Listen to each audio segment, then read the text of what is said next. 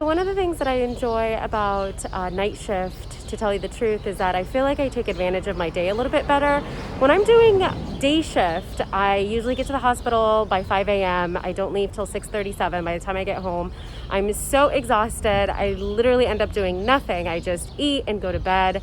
And so I don't get to really do much, and everything is kind of closed by then. But when you're working night shift, you wake up in the morning and you still have a couple of hours before you have to go in. And so I could do errands, I could be productive, I have a little bit more energy, and everything is still opened. And so I could go do things. First things first, before I really start my day, we have to take this little guy out on a walk. He loves when I'm on night shift because I get to spend most of the day with him, and Chris spends the night with him. So he always has one of us with him, which is really nice. And that's always how I start my day. Get some steps in, walk Aussie, and then get home and have something to eat. I don't usually have time to make breakfast, but when I'm on night shift, it's a little bit easier to wake up because you have a little bit more time in the morning and you don't have to rush out of the house to get to work. I'm gonna have an egg, avocado, and one of my mom's spinach pies that I freeze and take out on special occasions, like the fact that I get to have a breakfast. This is the only time that I get to basically work on things that I need to get done, so I'm going to be working on some research now.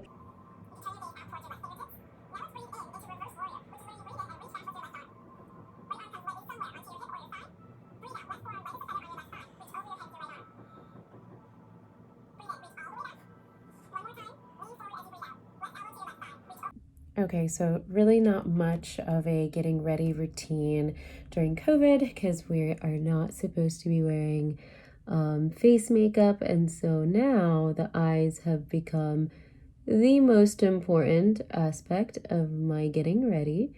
I don't want my patients to look at me and think, oh my God, she looks so tired, and like she doesn't care. So I like to still do my eye makeup because when you're wearing a mask, that's all you could see. Okay, so it's time to put together all of the food I'm going to take with me. I usually pack my own food when I go to work, but it's especially important when you're doing night shift because nothing's really open. And so usually I do salad meal preps when I'm working day shift. Don't forget to watch my meal prep vlog on my YouTube channel where I show you how I do my salads. But this week I rewarded myself with one of my favorite bechamel pasta bakes, and so I'm taking it with me for dinner, and then I'm gonna put together my snack. I love Good Culture cottage cheese, and then I always pre-wash my berries right when I get them, so they're just like super easy to take with me to work, and that's basically going to be my snack. Okay, ready to go. Just gotta grab my badge, my keys, my pager, and nowadays also have to grab a mask. It's about 5 p.m. and I'm walking to the hospital. Most people are getting off of work right now and heading back home to their families. I am going into the hospital, so night shift is definitely a little bit different, but I am excited to see what the night brings. When you're on trauma, you never know what you're gonna get, so I'll keep you posted.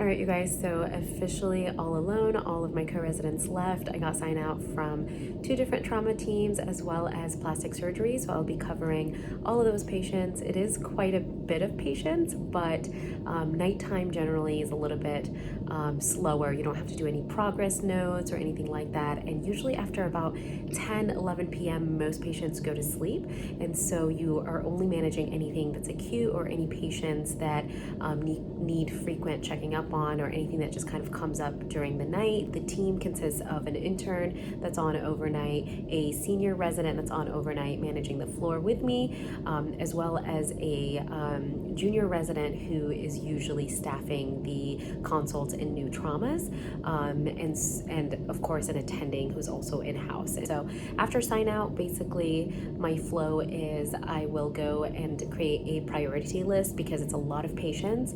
I'll usually see the most acute patients first, and then go ahead and start doing all of the tasks that the day team wants me to get done, like post-op checks, following up on labs, CT scans, things like that, things that didn't result during the daytime. But luckily the day teams usually take care of a lot of the day tasks. So night is really for acute issues, following up on things, and that's usually the flow. And it's so variable during the night, you guys, because it all depends on the traumas that come in. Sometimes you get 2 traumas overnight and you have to run down to the trauma bays and triage these patients and figure out what to do with them.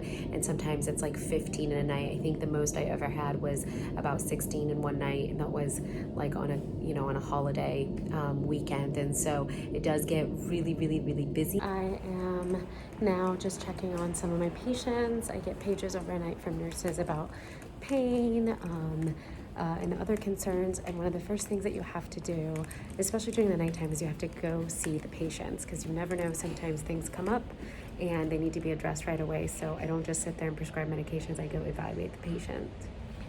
Okay, so it's 9 p.m. and I already saw all the patients I needed to see and did all of my tasks really quickly, but things do get really, really busy. And so before they do, I just heated my food. I'm gonna have a bite to eat, because you never know what's gonna come in. And so since I have a moment, this is a time to eat. That's a number one lesson of residency and being on call and working nights, is eat when you can, because you never know what's gonna happen the rest of the night. Okay, so I just got paged that there is a patient here in the trauma bay with a gunshot wound, and so I'm running down to the ED right now to go into the trauma and help out where I am needed.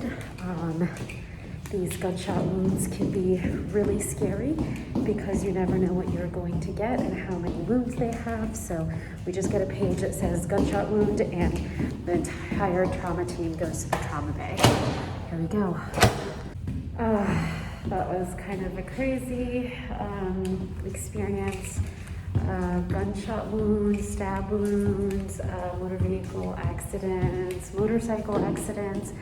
All of these are always just really intense. The trauma team is usually really good at triaging very quickly, figuring out exactly what the patient has on primary scan, which includes the ABCs, so airway, breathing, circulation, and then secondary survey will be just like all of the other things like fractures, obvious things that you see, and then finally patients then get triaged. They either go to the CT scanner or emergently to the OR, and that's basically what happens in the trauma bay. There's always someone in charge of getting access, like an IV, someone in charge of making calls about where the patient needs to go, someone putting in meds, someone recording everything. So it's a very intense, crazy, very stressful situation, but that's what you get trained to do. So trauma surgery is really different than oral maxillofacial surgery because, of course, it's the whole body. So when a patient comes in, you have to do an entire head-to-toe exam, which is definitely a new learning curve for me, but it's been really fun learning how to do a really thorough primary, secondary, and tertiary survey when a trauma patient comes in. And so that's been really good. In oral surgery, of course, we focus mostly on facial fractures, and very interestingly, most of the patients that come in for trauma actually have facial fractures. So I've been triaging actually a lot of those patients, and it's always very interesting because we'll consult OMFS, and it's kind of cool because I'm the team for trauma, but OMFS gets consulted, and that's my home team. So that's all been a great learning experience. If you don't grab some Jell-O and eat it while you're in the hospital on night shift, are you even on night shift? I don't think so. This is a very important part of the call. Okay, so it's about 2 a.m. and I haven't gotten any pages. I literally was gonna say I haven't gotten any pages, and therefore I am going to maybe shut off my eyes for a couple of minutes in the on-call room, but clearly that's not gonna happen because I just got a page. So I'm gonna head right back to the workroom and see what's going on. Oh, okay, this is an FYI page. I get a lot of FYI pages, so don't necessarily have to see the patient unless I'm concerned. But most of the time I do end up going to see the patient anyway, just to kind of be complete and thorough, not to miss anything. But no sleep for me. Headed to a patient's room to check on them because the nurse paged me about pain. That's probably one of the most common pages that I get, and it's a really difficult thing to assess since every patient has a different pain tolerance. And so if one patient does really well with Tylenol after a procedure, another patient may require more, even if it's the same exact procedure. So we always go and check on the patients, and so most commonly we'll get paged about pain, abnormal labs, we'll get paged about other post-operative concerns like bleeding, swelling, anything like that. And so I definitely appreciate it when I get paged about that stuff. And the first thing that I have to do is always go evaluate, because that's really important. A lot of times I'm telling you I'm running to a trauma, I'm going to see a patient, and I don't give a lot of details. And a lot of you always ask me what kind of things do you do, and unfortunately, because of HIPAA, we have to protect patient privacy, and so I can't really share details of exactly what I'm doing or exactly the type of trauma that I'm seeing, so that we can protect patients' privacy. But I do try to tell you, vague details, and these vlogs and videos aren't meant to be like surgical information, but more about kind of like my day and my flow and what I do. So hopefully you'll find that helpful. And down the line in the future, I'll start sharing some cases and cool things that I've seen, and just kind of generalize it and de-identify that information, so you guys could learn a little bit of something that I'm learning without invading any patient privacy. I'm embarrassed to say I'm taking the elevator to the 5th floor because I'm just exhausted, and it's 3 a.m. and I just need this night to be over. It's been so busy, you guys. By the way, nothing ever good happens in elevators. Grey's Anatomy, not true. It is officially 4:45 a.m. and this is the part that is the hardest to get through. I am so unbelievably exhausted at this point. I don't think I even had like 10 minutes to just sit down. It's been so busy, and some nights it's like that on trauma call. So in about 15 minutes at 5 a.m., the NPs and PAs come in to update the lists. The residents come in around 5:30 usually. I sign out at that time, and then everyone goes to round at 6 a.m., and that's when I'm free to go home at the end of my shift. So between now and then, I just have to make sure that I've updated everything for everyone. Anything that's still pending needs to get done. Like right now, we had at least 6 admissions overnight, multiple traumas, and so I just have to make sure I have all of my stories straight, so that when I sign out to the team, they know what they're getting today. So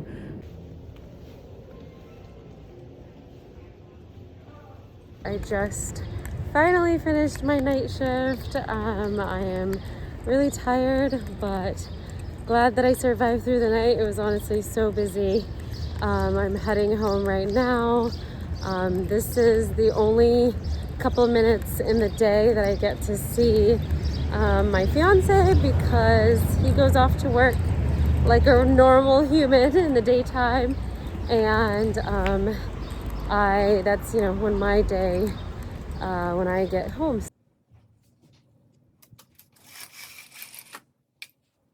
It's about 6:30 in the morning, and I am going to sleep probably until 1 o'clock. Anything more than that just means I have no more free time to do anything. So I have to get up at 1, have some coffee, walk Ozzy. So that's kind of my plan.